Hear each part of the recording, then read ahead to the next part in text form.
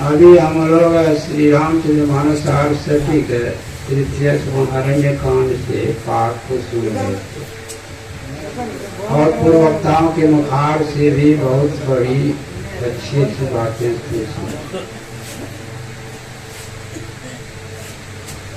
आज का प्रसंग है भगवान श्री राम और लक्ष्मण माता सबरी को दर्शन देने आए। अभी सुन रहे थे सबरी की कथा को। मैं इस पर थोड़ा सा संक्षेप में कहता हूँ। सबरी के पूर्व जन्म में एक खिखिरनी थी, एक वृक्ष पर रहती थी और जो संत महात्मा लोग भोजन करते थे, जूठन फेंकते थे, जहाँ वह खिखिरनी आकर के उस भोजन को करती थी, जल पीती थी। और जब वह खिखिरनी का शरीर का परित्याग किए, एक राजघराने के राजकुमारी के रूप में जन्म ली। राजकुमारी की शादी एक राजकुमार से भी हो गया। राजभवन में रहने लगी, लेकिन पूर्व जन्म के संस्कार देखिए। जहाँ भी सत्संग होता था वो जा नहीं पाती थी। क्यों? राजघराने की जो बहू बेटियां होती है वो घर से नहीं निकलती। राजा महाराजा लोग उस समय अपनी बहू बेटियों को घर से निकलने नहीं देते। वह सत्संग नहीं सुन पाती, सत्संग से वंचित रहती। एक दिन उन्होंने अपने स्वामी से, पति से कहती है, हे पतिदेव, मुझे सत्संग सुनने का बहुत मन करता है, मुझे सत्संग में जाने का आदेश दे। नहीं, तुम राजघराने की बहू हो, सत्संग सुनना चाहती हो, सत्संग संतों का दर्शन करना चाहती हो, तो मैं अपने राजमहल के बगल में ही एक धर्मशाला बना देता हूँ। और बना दिए और ऐलान कर दिए, जो भी संत महात्मा लोग आएंगे इस धर्मशाला में ठहरेंगे, सत्संग करेंगे, उनका सेवा किया जाएगा, उसको भोजन पानी रहने का सारी व्यवस्था की जाएगी। संयोगवश एक संत भी पहुंच गए, सबरी को मौका मिला। वह राजकुमारी जो रानी थी, उसको मौका मिल गया। गई सेवा करने के लिए, वही भोजन बनाती थी, स्नान कराने के पानी भी देती थी, बहुत सेवा करते करते बहुत दिनों तक सेवा की। जब संत जाने लगे, कहा, बेटी मैं तुम्हारे सेवा से बहुत प्रसन्न हूँ, तुम वर मांगो, क्या वरदान मांगती हो? वह राज घराने की बहू रानी क्या मांगती है? हे महापुरुष संत, यदि आप मुझे वरदान देना चाहते हैं तो मैं इस शरीर को तत्काल त्याग दूं। देखिए, अगर किसी को कोई अगर वरदान देंगे तो क्या मांगेंगे? धन मांग लेंगे, बेटा मांग लेंगे, मकान मांग लेंगे, जगह जमीन मांग लेंगे। लेकिन उन्होंने क्या मांगी? कि मैं अभी तत्काल इस शरीर को छोड़ दूं और अगला जन्म जो मेरा हो, मैं एक नीच जाति की घर में जन्म लूं और मैं कुरूपा हो, मुझे सुंदर शरीर नहीं चाहिए, एकदम कुरूपा। महात्मा का एक मस्त बलान दे दिए, महात्मा चले गए, शरीर छूटा, फिर जन्म हुआ। वही अभी सुन रहे थे कि एक सवर के घर में हुए और वो महाकृपा थी, एक महाकृपा। लेकिन संसार में सबकी शादी होती है, कोई भी रहे, चाहे कुरूप रहे या सुंदर रहे, शादी हो गई, जाने लगे जंगल में।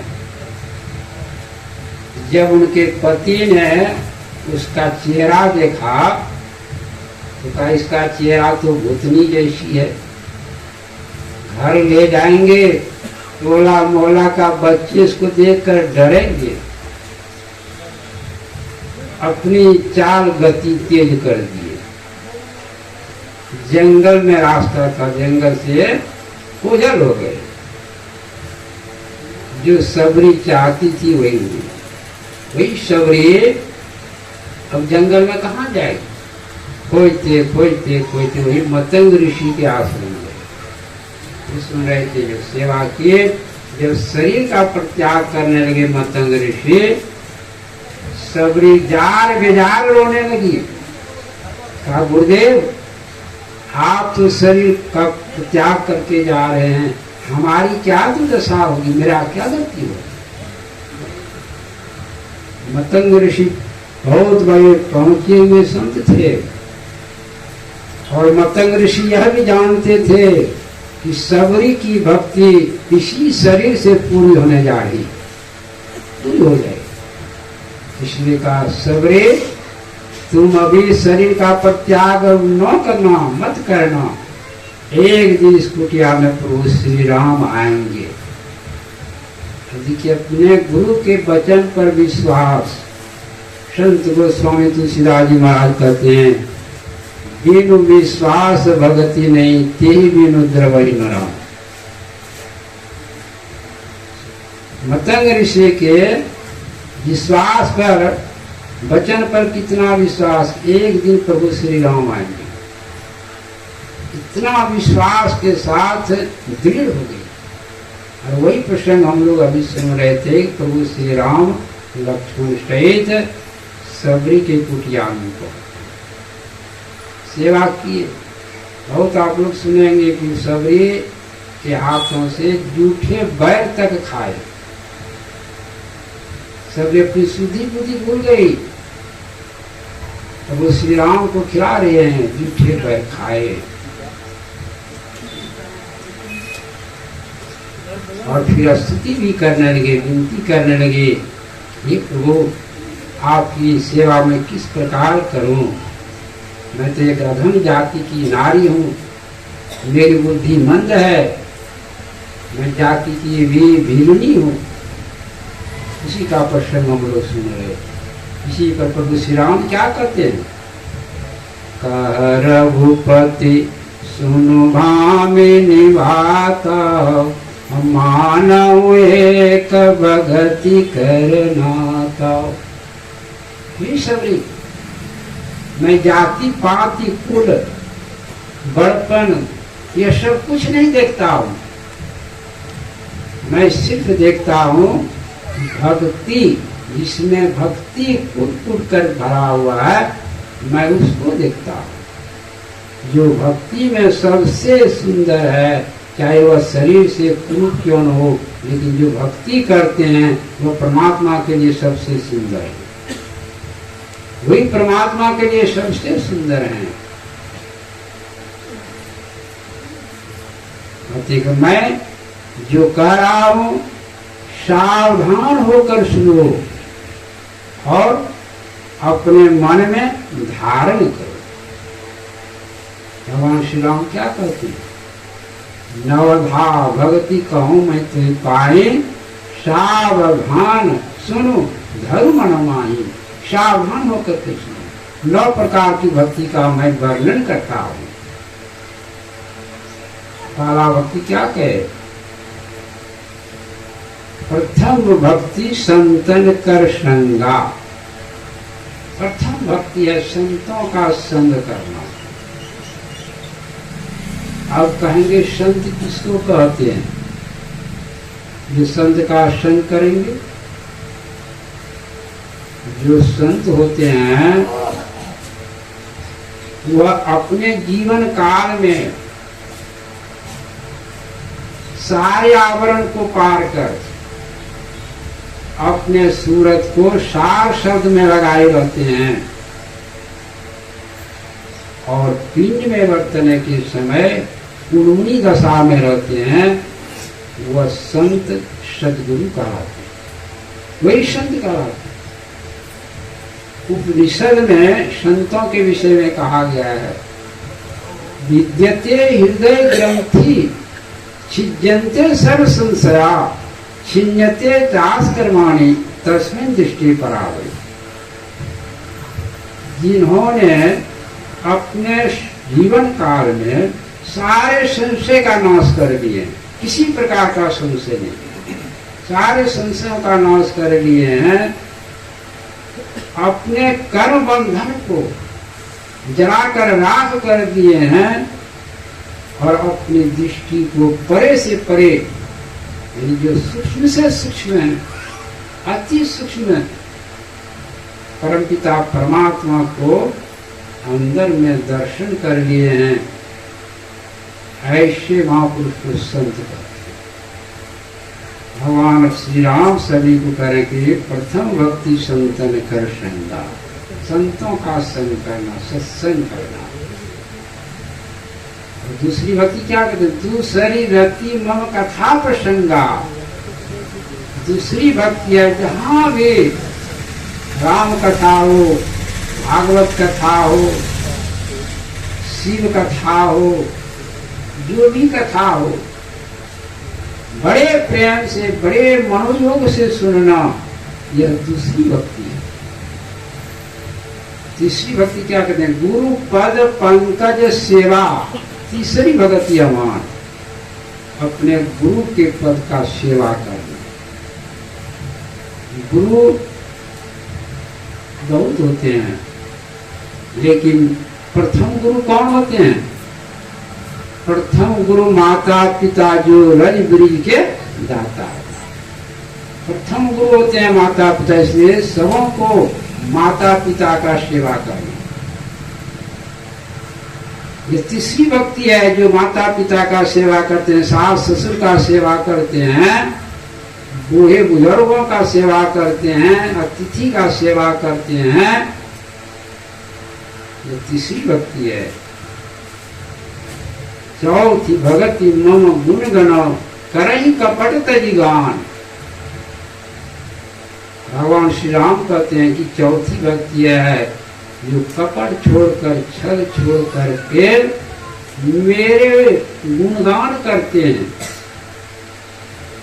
और जो सुनते हैं, यह चौथी भक्ति। परमात्मा का गुणगान करना, गुणगान करना क्या है? प्रभु राम के बड़पन का गुणगान करना, उनकी बड़ाई का गुणगान करना, उनकी महिमा का गुणगान करना। तो वो श्री राम का प्रथम गुण है क्या? प्रथम गुण है परमात्मा राम का, प्रातः उठिए रघुनाथा नावै मात पितु गुरुमाथा। प्रातः काल जब भगवान श्री राम उठते थे, अपने गुरुजनों को जाके प्रणाम करते थे, माता पिता को प्रणाम करते थे, तब कोई कार्य करते थे। एक बार विभीषण लंका के राजा बने, तो वो श्री राम ने रावण को मारकर लंका के राजा विभीषण को बना दिया, राजपाट करने लगे। एक दिन विभीषण को याद आया कि बहुत दिनों से प्रभु श्री राम का दर्शन नहीं किए हैं, अयोध्या चल करके प्रभु श्री राम का दर्शन करना चाहिए। चले रथ पर, चलते चलते लंका दक्षिण में आए ना, चलते चलते समुद्र पार किए और समुद्र पार करके जो ही भारत प्रवेश किए,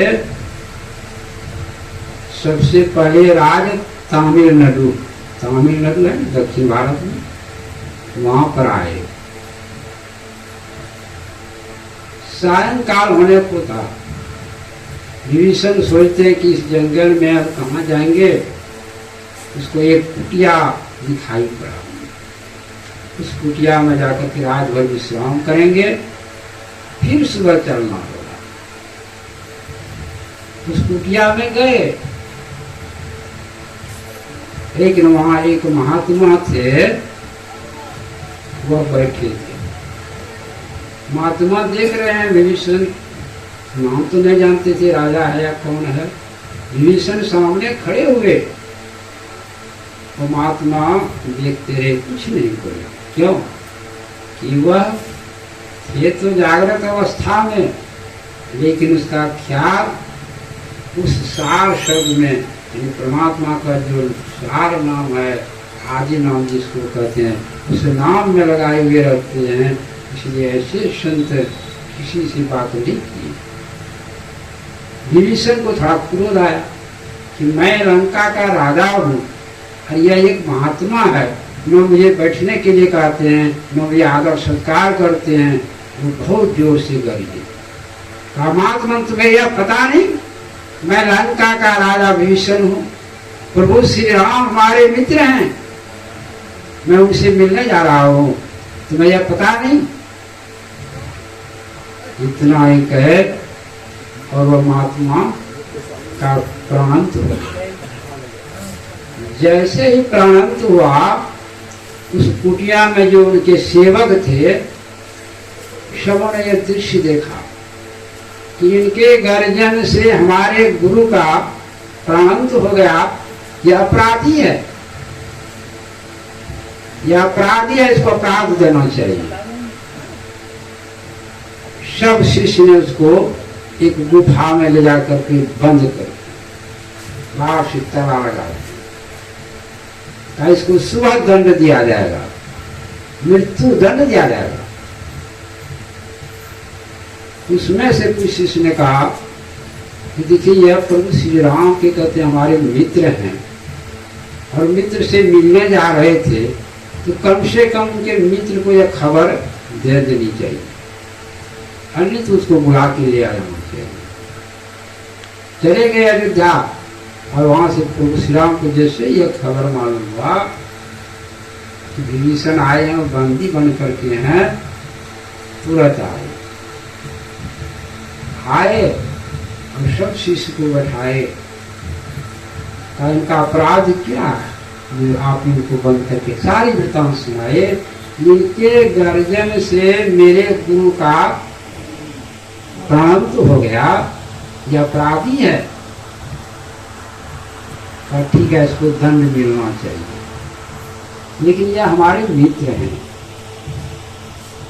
जो न मित्र दुख होई दुखारी, तिनके विलोकत पातक भारी।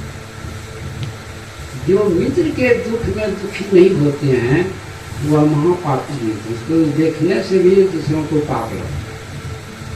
यह बात प्रभु श्री राम कहते कि सिंधा पार पर सुग्रीव का यह मेरे मित्र हैं, काहे शिष्य जो दंड देना है वह दंड मुझे दीजिए, विभीषण के बदले वह दंड मुझे दीजिए, मैं इस दंड को स्वीकार करूं। प्रभु श्री राम मित्र के चलते मृत्यु दंड लेने के लिए भी तैयार हो गए। क्या वो सब उसको मृत्यु दंड देंगे? विभीषण को रिहा कर जाइए, आपका मित्र है। ये है प्रभु श्री राम का गुण। आप लोग प्रभु श्री राम का गुण गनते गनते थक जाएंगे, उसका गुण का वर्णन नहीं। विभीषण ने लक्ष्मण मेघनाथ को मारा। लंका में जब राम रावण युद्ध हो रहा था तो लक्ष्मण ने मेघनाथ को मार दिया। तो राम के जितने सेना थे, सबों ने कहा कि नहीं, विभीषण दुश्मन का पुत्र भी है और इन्होंने ही लक्ष्मण को शक्तिवान से प्रहार किए थे, जो लक्ष्मण जी मूर्छित हो गए थे। इसकी लाश को ला करके कुटी कुटी करके समुद्र में फेंक दिया गया। लेकिन प्रभु श्री राम ने क्या कहे, नहीं नहीं, यह दुश्मन के पुत्र थे, अब दुश्मन के पुत्र नहीं है, अब यह इनका शव है, मुर्दा शरीर है, और इस शरीर को बाइज्जत के साथ रावण के पास पहुंचा दिया जाए। उस समय प्रभु श्री राम ने क्या किए, अपना चादर मेघनाथ के शरीर पर ढक दिए और अपने सेना अपने दूत का जाओ लंकापुर में। यह राम के गुण, इसलिए कहते हैं चौथी भगति मम गुण गण करई कपट तजी गान। चौथी भक्ति है, जो ऐसा कर रहे हैं वह चौथी भक्ति के पदान पर खड़े हैं। और मंत्र जाप मम दृढ़ विश्वासा पंचम भजन से वेद प्रकाशा। यानी पांचवी भक्ति में कहते हैं मंत्र जाप, दृढ़ विश्वासा, पंचम भजन से वेद प्रकाशा। जो मंत्र का जप करते हैं विश्वास के साथ, यह वेद में भी इसका वर्णन है। छठी भक्ति का छठ दम शील विरति बहुकर्मा निरत निरंतर सज्जन धर्मा। छठी भक्ति में कहते हैं अपने इंद्रियों का दमन करना, छठी भक्ति है, अपने इंद्रियों का दमन करना छठी भक्ति है। और बहुत से कर्मकांड को छोड़ना, बहुत कर्मकांड है संसार में। उपनिषद में 1,00,000 मंत्र, जिसमें 80,000 कर्मकांड पर ही आधारित है। देखते हैं कर्मकांड में सब लोग फंसे हैं। इसलिए भगवान राम कहते हैं कि इस कर्म काम से विरक्त होना, सज्जनों का संग कर। सज्जनों का धर्म क्या है, निरत निरंतर सज्जन धर्म। सज्जनों का संग कीजिए, सज्जनों का संग करना यानी सत्संग करना। और सत्संग में क्या सिखाया जाता है, चोरी करो, झूठ बोलो, नशा खाओ, ये विचार काम करो, नहीं नहीं। सज्जन का काम है सत्य बोलो, झूठ मत बोलो, हिंसा मत करो। हिंसा करना सिर्फ बकरा काटना ही हिंसा नहीं है।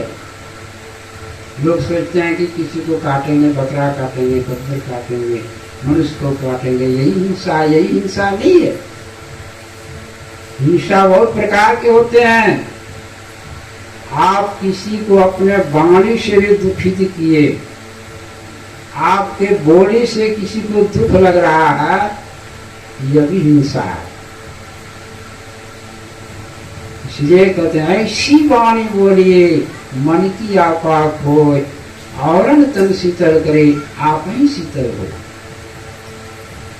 वाणी में कंट्रोल रखना, यह है सज्जनों का धर्म। चोरी नहीं करना। चोरी करने का भी मतलब यह नहीं कि किसी के घर में जाके चोरी करना, यही एक चोरी नहीं है। आप किसी का कोई सामान है, आप उनको बिना पूछे उठा लिए, बिना पूछे इसको अपने काम में यूज कर लिए, प्रयोग कर लिए, यह भी चोरी करना है।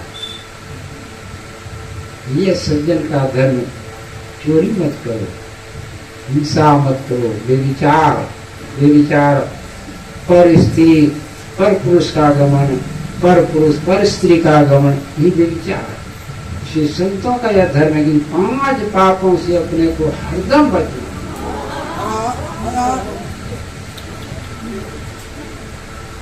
हमारे गुरु महाराज कहते कि जो निज घट चाहो तो, जो निज घट रस चाहो तो अपने को 5 पाप से हरदम खूब बचाओ। ये 5 पाप क्या है? एक झूठ, नशा है दूसरा, तीसर नारी पर के हो, चौथी चोरी, पंचम हिंसा, दिल से ही न लगा। तब इनसे बचने का उपाय क्या है? मैं ही सहज ही इनसे बचन चाहो। गुरु महाराज कहते हैं कि इन 5 पापों से अगर बचना चाहते हो तो मैं ही सहज ही इनसे बचन चाहो, गुरु पद टहल कमाओ। गुरु के शरण में जाओ। गुरु के शरण में जाएंगे, संत के शरण में जाएंगे, आपको 5 पाप से हरदम बचाते रहेंगे। पाप करने से आपको हमेशा बचाते रहेंगे। गुरु अपने शिष्य को हमेशा सन्मार्ग पर ला करके सन्मार्ग पर दिखलाते हैं। यही भक्ति का मार्ग है।